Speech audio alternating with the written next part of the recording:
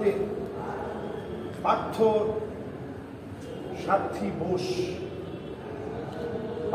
সারথী বোস নামে এক ব্যক্তি ভারতের 14 বছর ধরে একজন হিন্দু হয়েও রোজা রাখেন। তো এই ব্যাপারে ইসলাম কি বলে এটা তিনি জানতে চেয়েছেন। আমি প্রশ্নটাকে অত্যন্ত গুরুত্বপূর্ণ প্রশ্ন বলে মনে করি। একজন হিন্দু যদি তিনি রোজা রাখেন তিনি সওয়াব পাবেন কিনা, এবং দেখা গিয়েছে ওই জায়গার যে মসজিদটা, এই মসজিদটাও একেবারে হিন্দু অধ্যুষিত এরিয়ার ভিতরে, এবং পুরো এই ভিডিওর ভিতরে দেখা গিয়েছে হিন্দু অধ্যুষিত এই এরিয়ার ভিতরে হওয়ার পরেও তারা সাক্ষাৎকারের মধ্যে বলছে যে বাচ্চাকে যেভাবে মাতৃ করে আদর করে মা লালন পালন করে, এই মসজিদটাকেও আমরা ঠিক সেইভাবে আদর করে লালন পালন করেছি। তো একজন হিন্দুর এমন বক্তব্য, এটা আমাদের জন্য পজিটিভ, কারণ ইন্না দ্বীন ইনদাল্লাহিল ইসলাম, আল্লাহর কাছে মনোনীত ধর্ম হচ্ছে ইসলাম। ফাআবাওয়াহু ইউহাউইদানিহি আও ইউনাসসিরানিহি আও ইউমাজ্জিসানিহি, এরপর প্রত্যেকের মা বাপ প্রত্যেকে হয় ইহুদি বানায় অথবা খ্রিস্টান বানায় অথবা হিন্দু বানায়।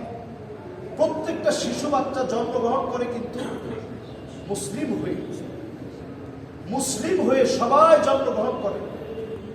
হিন্দুরাও কিন্তু মুসলিম হয়ে জন্মগ্রহণ করে,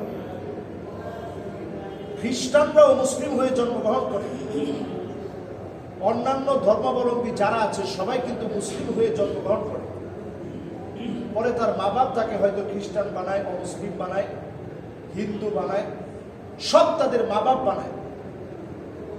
তাহলে এই দৃষ্টিকোণ থেকে হিন্দুরা 14টা বছর ধরে মসজিদটাকে পাহারা দিচ্ছে, নিজেরাও রোজা রাখছে।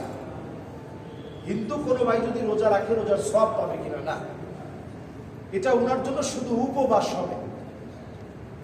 আমরা মুসলমানরাও যদি রোজা রাখি, রোজা রাখার পরে যদি আসলে সত্যিকারে ইসলাম না মানি, মিথ্যা বলি, গীবত করি, জুলুম করি, পরনিন্দা করি, চুগলখড়ি করি, সুদে টাকা খাই, হারাম খাই, জুয়া খেলি, পিতামাতার সাথে খারাপ ব্যবহার করি, শিরিক করি, নবীজি সাল্লাল্লাহু আলাইহি সাল্লাম হাদিসের মধ্যে বলছেন, মান লাম ইয়াদা কাওলা যুরি ওয়াল আমালা বিহি ওয়াল জাহলা ফালাইসা লিল্লাহি হাজাতুন আন ইয়াদা তাআমাহু ওয়া শারাবাহু।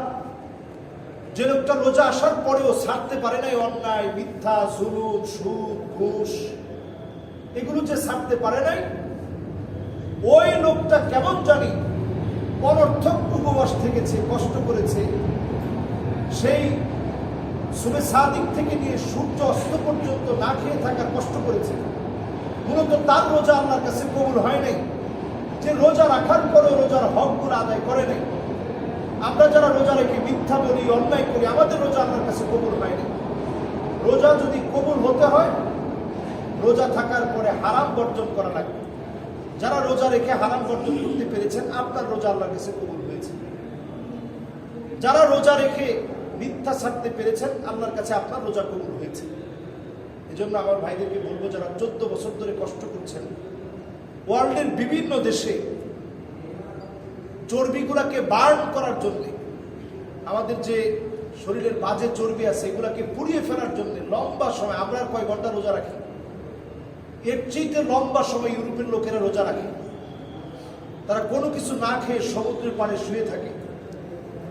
তাদের চর্বিগুলা বার্ন করবে, কার্বোহাইড্রেটগুলা শরীর থেকে যেন মুছে যায়, চর্বিগুলা যেন গলে যায়। এই জন্য তারা লম্বা সময় হাঙ্গার স্টে করে, লম্বা সময় ফাস্টিং এর মধ্যে দিয়ে লম্বা সময় থাকে। কিন্তু তারা কিন্তু রোজার সওয়াব পাবে না, কারণ রোজা আমাদেরকে আল্লাহ তাআলা ফরজ করে দিয়েছেন। শরীরের যে টক্সিনগুলো আছে, বিষাক্ত বিষগুলো আছে, এগুলো বের করা আমার জন্য আল্লাহ ফরজ করে দিয়েছেন। কারণ একজন মুমিন সুস্থ থেকে আল্লাহর সামনে দাঁড়াবে, তারাবি করবে, কিয়ামুল লাইলে দাঁড়াবে, সারাটা বছর রোজা রাখবে, ইবাদত বন্দেগী করবে, শারীরিকভাবে ফিট থাকবে। এই জন্য আল্লাহ তাআলা ফরজ করে দিয়েছেন। রোজার অনেক ধরনের উদ্দেশ্য আছে। আমাদের ভাইয়েরা এক ধরনের উদ্দেশ্য নিয়েছেন, আপনারা রোজা রাখতেছেন, শারীরিকভাবে আপনি সুস্থ থাকবেন, দুনিয়ার অনেক উদ্দেশ্য হাসিল হবে। আমি বলবো আপনি কালেমার সুন্দর স্বাদ গ্রহণ করে দেন, কালেমার সুন্দর স্বাদ আপনি গ্রহণ করে নেন। আসলিম তাসলাম, এই পরিবার যদি শুধু খালি ইসলামের ছায়াতলে আসে, তাদের পূর্বকার সমস্ত গুণাগুলো কালেমা পড়া মাত্র মাফ হয়ে যাবে। আমরা আমরা এই পরিবারের জন্য দোয়া করি।